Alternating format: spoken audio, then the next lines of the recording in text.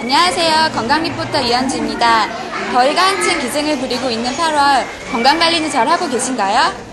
오늘은 소아청소년과 신선희 교수님을 모시고 최근 유행하고 있는 바이러스 뇌수막염에 대해 알아보도록 하겠습니다.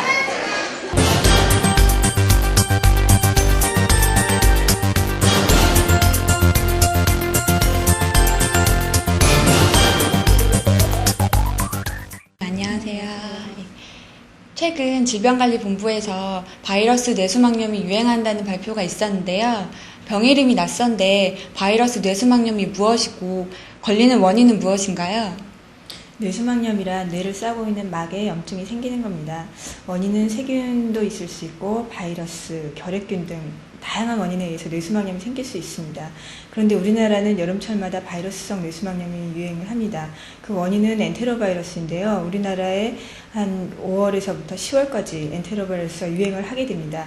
특히 한 3년 간격으로 뇌수막염이 좀 많은 유행 피크를 보이면서 유행을 하는데 올해 많은 유행이 있었습니다. 원인은 그런 바이러스에 걸리는 친구들과 놀거나 아니면은 서로 침이 섞인다거나 음식물을 나눠 먹는다거나 아니면 뭐 장난감을 빨고 옆에 친구가 또 빨고 그렇게 해서 침이 섞이는 그런 원인들에 의해서 옮길 수가 있습니다. 그렇군요. 그럼 바이러스 뇌수막염에 걸리면 어떤 증상이 나타나나요? 예, 초반기에는 고열이 있으면서 두통이 있고 구토를 하기도 합니다. 나이가 어린 아이들은 열이 있고 보채기만 하는 증상도 있고요. 배가 아프거나 설사를 하기도 합니다. 그래서 일반적인 감기나 장염하고 구분하기가 굉장히 어렵습니다. 감기와 같은 발열이나 두통과 함께 설사, 구토가 지속된다고 한다면 일단 병원에 방문하셔서 진료를 받아보는 것이 좋겠군요. 그런데 이런 뇌수막염에 대한 예방접종은 없나요? 예, 우리가 뇌수막염에 대한 예방접종은 2개월, 4개월, 6개월 그리고 돌 지나서 12 내지 15개월 사이에 맞추고 있습니다. 일반 보호자분들이 다 맞추고 계실 겁니다. 그런데 그 예방접종은 헤모필루스 인플루엔자라는 세균에 대한 예방접종입니다. 그런데 요즘에 유행하고 있는 균은 헤모필루스 인플루엔자가 아니라 엔테로바이러스입니다. 그러니까 그 예방접종으로는 현재 유행하고 있는 뇌수막염 예방을 할 수가 없는 거죠.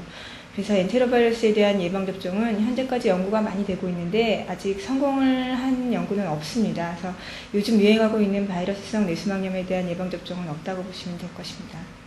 교수님, 마지막 질문인데요. 뇌수막염이니까 뇌에 다른 합병증이 있을 것 같은데요. 다른 합병증은 없나요?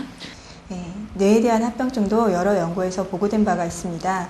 뇌가 붓는다거나 뇌에 물이 찬다거나 뇌에 고름이 찬다거나 하는 합병증이 있을 수 있고요.